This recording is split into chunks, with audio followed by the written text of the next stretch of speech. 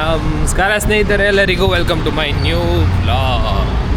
ಸ್ನೇಹಿತರೆ, ಟೈಮ್ ಬಂದು almost 2 o'clock ಆಗಿದೆ. ನಾನು ಇವಾಗ ಆಫೀಸಿಂದ ಬೆಳಿಗ್ಗೆ ಎಲ್ಲ ಬರೋದು 5:30ಗೆ. ಅದಕ್ಕೆ ಇವಾಗ ಒಂದು 2 o'clock ಆಗಿದೆ. ಇವಾಗ ಎದ್ದು ಇವಾಗ 23rd ನಮ್ಮ ಅಕ್ಕ ಮಗಳದು ಬರ್ಡೇ ಇದೆ, 1 yearದು. ಅದಕ್ಕೋಸ್ಕರ ಬಟ್ಟೆ ತೊಗೊಳಕ್ಕೆ ಹೋಗ್ತಾಯಿದ್ದೀನಿ. ಇನ್ನೂ ಟೈಮ್ ಐತೆ, ಆದರೆ ನನಗೆ ಸ್ಯಾಟರ್ಡೆ ಸಂಡೇ ಎಲ್ಲ ಟೈಮ್ ಸಿಗೋಲ್ಲ. ಅದಕ್ಕೋಸ್ಕರ ಇವಾಗ ಬಟ್ಟೆ ತೊಗೊಳಕ್ಕೆ ನಾವು ಹೋಗ್ತಿರೋದು ಬ್ರೋಝನ್ಗೆ. ಅಲ್ಲಿ ಹೋಗಿ ಚೆಕ್ ಮಾಡ್ಬೇಕು ಯಾವ ಬಟ್ಟೆ ಐತೆ, ಯಾವ ತೊಗೊಳೋದು ಅಂತ. ಬನ್ನಿ, ನಿಮಗೂ ತೋರಿಸ್ತೀನಿ. ಆಮೇಲೆ ಇವತ್ತು ನನ್ನ ಜೊತೆ ಇರೋದು ಇವನೇ.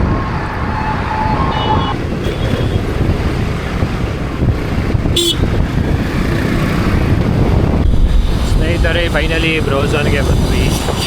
ಇವಾಗ ನಾವು ಇಲ್ಲಿ ಬಟ್ಟೆ ಶಾಪಿಂಗ್ ಮಾಡಿ ಆಮೇಲೆ ಸಿಗ್ತೀವಿ ನಿಮಗೆ.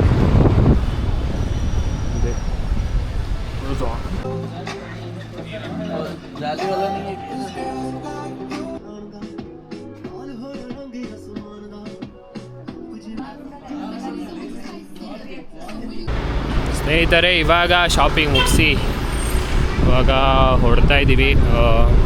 ನೋಡೋಣ, ಎಲ್ಲಾದರೂ ಬೇರೆ ಕಡೆ ಹೋಗೋಣ. ಇನ್ನೂ ಟೈಮೇ ಇದೆ ಕೆಲಸಕ್ಕೆ. 7 ಗಂಟೆಗೆ ನನ್ನ ಕ್ಯಾಬ್ ಬರುತ್ತೆ. ಇವಾಗ ಟೈಮ್ ಬಂದು 3:30. 2 hour ಆಯಿತು ಒಂದು ಬಟ್ಟೆ ತೊಗೊಳಕ್ಕೆ. ನೋಡ್ತಾ ಇದ್ದೀವಿ ಎಲ್ಲಾದರೂ ಬೇರೆ ಕಡೆ ಹೋಗಿ ಆಮೇಲೆ ಮನೆಗೆ ಹೋಗೋಣ ಏನು ಅಂತ. ಸರಿ, ಬನ್ನಿ ಸ್ನೇಹಿತರೆ. ಇವಾಗ ನಾವು ಸಾಕರ್ ನಗರಿಂದ ಭದ್ರಪ್ಪ ಲೇಔಟ್ ಹತ್ರ ಬಂದಿದ್ದೀವಿ. ಅಂಗಡಿ ಹುಡ್ಕೊಂಡು ಇಷ್ಟು ದೂರ ಬಂದಿದ್ದೀವಿ. ಏನಾದ್ರು ತಿನ್ನೋಣ ಅಂತ, ತಿನ್ನೋದ ಜ್ಯೂಸ್ ಕುಡಿಯೋದ ಅಂತ ಯಾವುದೂ ಅಂಗಡಿ ಸಿಗ್ತಾಯಿಲ್ಲ. ಅದಕ್ಕೆ ಇಷ್ಟು ದೂರ ಬಂದಿದ್ದೀರಿ. ಆಮೇಲೆ ನಾನು ಹಿಂಗೆ ಒಂದು ವಿಷಯ ಬಗ್ಗೆ ಮಾತಾಡ್ತಿದ್ರಿ. ಯಾಕೆ ಈ ನ್ಯೂಸಲ್ಲಿ ಇವಾಗ ತೋರಿಸ್ಬೇಕಾಗಿರೋದು ತೋರಿಸ್ತಿಲ್ಲ, ಏನು ತೋರಿಸ್ಬಾರ್ದು ಅದನ್ನು ತೋರಿಸ್ತಾವ್ರೆ. ಮೇನ್ ಏನು ತೋರಿಸ್ಬೇಕು ಅದನ್ನು ಯಾರೂ ತೋರಿಸ್ತಿಲ್ಲ. ಏನಕ್ಕೆ ಅಂತಲೂ ಗೊತ್ತಿಲ್ಲ. ನಾನು ಒಬ್ಬ ದೊಡ್ಡ ಕ್ರಿಯೇಟರ್ ಆಗದೆ ಇರ್ಬೋದು, ಇವಾಗ ನಾನು ಶುರು ಮಾಡ್ತಿರೋದು, ಅದು ನಂಗೆ ಗೊತ್ತು. ಬಟ್ ಒಂದು ಹೇಳ್ಬೇಕಂದ್ರೆ ಸಮೀರ್ ಬ್ರೋ ಅವರು ತುಂಬ ಕ್ಲಿಯರ್ ಆ್ಯಂಡ್ ಎವಿಡೆಂಟಲ್ ಆಗಿ ಒಂದು ಸ್ಟೋರಿ, ಒಂದು ಕತೆ ಹೇಳಿದ್ದಾರೆ ಅವ್ರ ಬಗ್ಗೆ. ಅದು ಎಷ್ಟು ಎವಿಡೆಂಟಲ್ ಆಗೈತೆ ಅಂದರೆ ಇನ್ನೇನು ಹುಡ್ಕೋದೇ ಬೇಡ ಅಲ್ಲಿ, ಅಷ್ಟು ಎವಿಡೆಂಟ್ ಆಗೈತೆ. ಆದ್ರೂ ಈ ನ್ಯೂಸ್ ಅವರು ಇವರೆಲ್ಲ ಅದೇನಕ್ಕೆ ತೋರಿಸ್ತಿಲ್ಲ ನ್ಯೂಸಲ್ಲಿ ಅಂತೆಲ್ಲ ಗೊತ್ತಿಲ್ಲ. ಆಮೇಲೆ ಸಮೀರ್ ಬ್ರೋಗೆ ಬರೀ ಯೂಟ್ಯೂಬ್ ಕ್ರಿಯೇಟರ್ಸ್ ಆಗಲಿ, ಎಷ್ಟೊಂದು ದೊಡ್ಡ ಕ್ರಿಯೇಟರ್ಸ್ ಆಗಲಿ ತುಂಬ ಸಪೋರ್ಟ್ ಇದೆ, ಅದು ಗೊತ್ತು. ಕಂಪ್ಲೀಟಾಗಿ ತುಂಬ ಎಲ್ಲ ದೊಡ್ಡ ಯೂಟ್ಯೂಬರ್ಸ್ ಎಲ್ಲರೂ ಸಪೋರ್ಟ್ ಮಾಡ್ತಾವ್ರೆ, ಅದು ಗೊತ್ತು. ಯೂಟ್ಯೂಬರ್ಸ್ ಬಿಟ್ಟು ನಾನು ಹೇಳೋದೇನೆಂದರೆ, ಇವಾಗ ಕಾಮನ್ ಪೀಪಲು ನಾರ್ಮಲ್ ಬರೀ ಯೂಟ್ಯೂಬರ್ಸ್ ಅವರೇ ಸಪೋರ್ಟ್ ಮಾಡಬೇಕು ಅಂತ ಏನಿಲ್ಲ ಸಮೀರ್ ಬ್ರೋ ಅವರಿಗೆ. ಇವಾಗ ಅವರಿರೋ ಸಿಚುವೇಷನಲ್ಲಿ ಎಲ್ಲರೂ ಅವ್ರನ್ನ ಸಪೋರ್ಟ್ ಮಾಡಲೇಬೇಕು. ನಾವೆಲ್ಲರೂ ಸೇರಿ ಅವ್ರನ್ನ ಸಪೋರ್ಟ್ ಮಾಡಬೇಕು.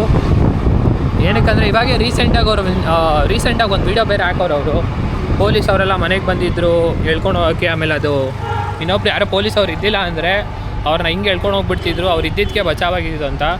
ಆಮೇಲೆ ಅವ್ರಿಗೆ ವಾರ್ನಿಂಗ್ಸ್ ಬರ್ತಾಯಿದೆ, ಕಾಲ್ ವಾರ್ನಿಂಗ್ಸು ಎಲ್ಲ ಬರ್ತೈತೆ. ಈ ಟೈಮಲ್ಲಿ ಬರೀ ಯೂಟ್ಯೂಬರ್ಸೇ ಅವ್ರನ್ನ ಸಪೋರ್ಟ್ ಮಾಡಬೇಕು ಅಂತ ಏನಿಲ್ಲ.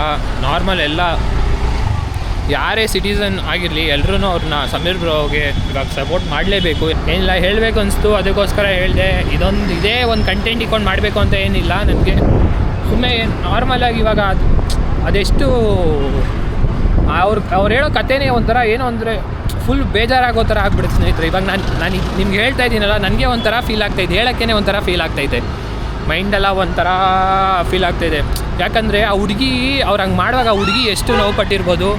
ಆಮೇಲೆ ಅವ್ನು ತಪ್ಪೇ ಮಾಡ್ತಿರೋ ಹುಡುಗಾಗೆ ಅವ್ರು ಅಷ್ಟು ಚಿತ್ರಹಿಂಸೆ ಕೊಟ್ಟು ಪೊಲೀಸವರು ಅದು ಎಲ್ಲೂ ಆಚೆನೂ ಬರ್ತಿಲ್ಲ. ಇನ್ನು ನ್ಯೂಸಲ್ಲೂ ನಾನು ನೋಡಿಲ್ಲ. ಯಾಕಂದರೆ ಇವಾಗ ನಾವು ಯೂತ್ ಆಗಿರೋದ್ರಿಂದ ನಾವು ಯೂಟ್ಯೂಬ್ ನೋಡ್ತೀರಿ ಎಲ್ಲ ನೋಡ್ತೀರಿ.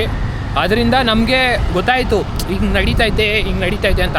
ಅದೇ ನಮ್ಮ ಪೇರೆಂಟ್ಸು, ನಮ್ಮ ಅಪ್ಪ ಅಮ್ಮ ಯಾರಿಗೇ ಆಗಲಿ, ಅವ್ರು ಯೂಟ್ಯೂಬೆಲ್ಲ ಜಾಸ್ತಿ ನೋಡೋಲ್ಲ. ಅವ್ರು ಟಿ ವಿ ನೈನು ಅದು ಇದು ನೋಡ್ತಾರೆ. TV 9 ಈ ಸ್ಟೋರಿನೇ ಬಂದಿಲ್ಲ, ಅವ್ರಿಗೆಲ್ಲ ಏನೂ ಗೊತ್ತಿಲ್ಲ ಇದ್ರ ಬಗ್ಗೆ. ಆಮೇಲೆ ನಾನೇ ಅಮ್ಮಗಾಗಲಿ ಯಾರಿಗೇ ಆಗಲಿ ಎಲ್ಲರಿಗೂ ತೋರಿಸಿದೆ, ಈ ಥರ ಎಲ್ಲ ಆಗೈತಾ ಧರ್ಮಸ್ಥಳ ಅಲ್ಲಿ ಅಂತ ಹೇಳಿದ್ರು.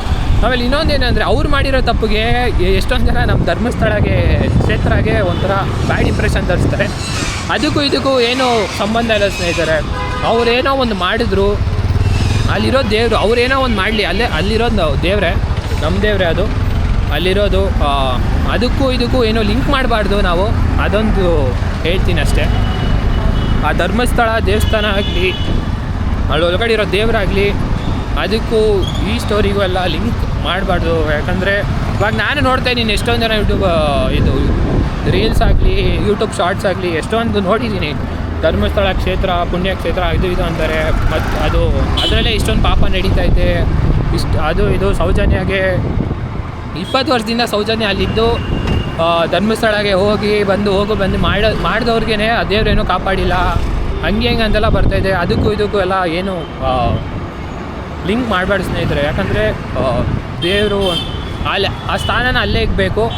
ಯಾರೋ ಒಬ್ರು ಏನೋ ಒಂದು ಮಾಡಿದ್ರು ಅಂತ ದೇವ್ರನ್ನೆಲ್ಲ ಕೆಳಗಡೆ ತರೋಕೆ ಹೋಗ್ಬಾರ್ದು. ದೇವರಾಗಲಿ ದೇವಸ್ಥಾನನಾಗಲಿ ಅದೊಂದು ಪುಣ್ಯಕ್ಷೇತ್ರ, ಅದು ಪುಣ್ಯಕ್ಷೇತ್ರವಾಗೇ ಇರಲಿ.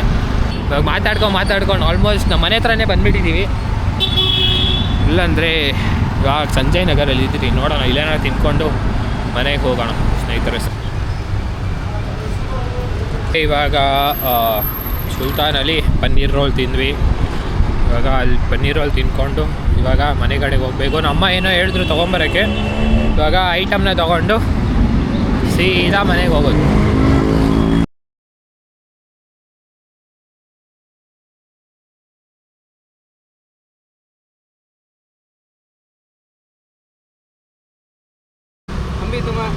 वीडियो देखेंगे, लाइक करेंगे, शेयर करेंगे, पूरा करना, like share subscribe support hello हमारे अंदर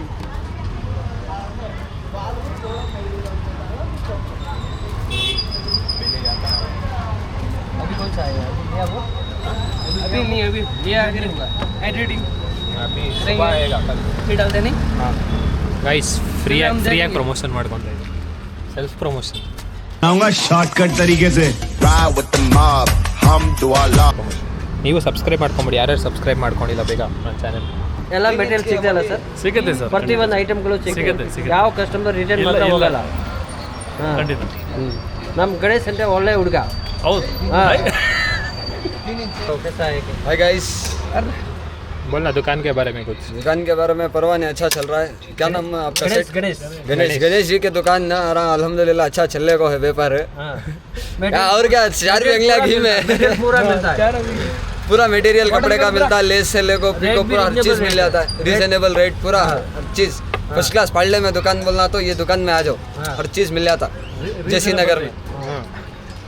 ಸ್ನೇಹಿತರೆ ಇದು ಬಂದು ಗಣೇಶ್ ಅಂಗಡಿ ಅಂತ ಲೈಟಿಂಗ್ ಸಿಗುತ್ತೆ ಫುಲ್ಲು ಇಲ್ಲಿ ಪಾಳ್ಯದಲ್ಲಿರೋದು. ಪಾಳ್ಯಲ್ಲಿ ಬನ್ನಿ, ನೀವು ಯಾರಿಗೆ ಕೇಳಿದ್ರು ಗಣೇಶ್ ಲೈಟಿಂಗ್ ಅಂಗಡಿಯಲ್ಲಿ ಅಂತ ಹೇಳ್ತಾರೆ. ಫುಲ್ ರೀಸನೇಬಲ್ ಪ್ರೈಸು ಎಲ್ಲ ಸಿಗುತ್ತೆ, ನೀವು ಬಂದು ತೊಗೊಳ್ಳಿ. ಇವರು ಫ್ರೀಯಾಗಿ ಪ್ರಮೋಷನ್ ಮಾಡ್ಕೊತಾರೆ.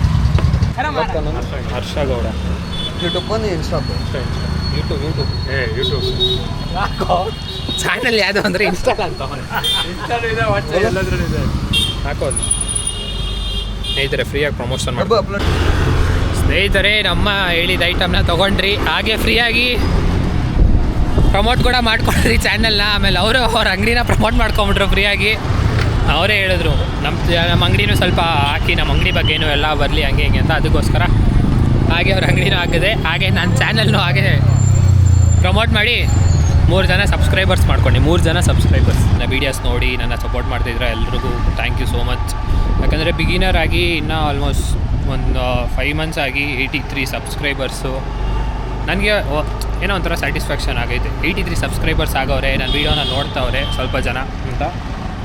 ಹೀಗೆ ಸಪೋರ್ಟ್ ಮಾಡ್ತಾಯಿರಿ, ಶೇರ್ ಮಾಡಿ, ಲೈಕ್ ಮಾಡಿ. ನಿಮ್ಗೇನು ಅನಿಸುತ್ತೋ ನನ್ನ ಬ್ಲಾಗ್ ಬಗ್ಗೆ ಅದನ್ನು ಡೈರೆಕ್ಟಾಗಿ ಕಮೆಂಟ್ಸ್ ಆಗಿ, ಏನು ಅನಿಸುತ್ತೋ ಅದನ್ನು ಕಮೆಂಟ್ಸ್ ಆಗಿ ನಾನು ನೋಡಿ ಏನಾದರೂ ಚೇಂಜ್ ಮಾಡ್ಕೊಬೇಕಾದ್ರೆ ಚೇಂಜ್ ಮಾಡ್ಕೊತೀನಿ.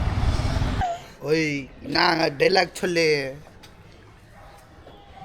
சொல்ற டைலாக் அங்க பாரு வீடியோ ஓடிங்குது.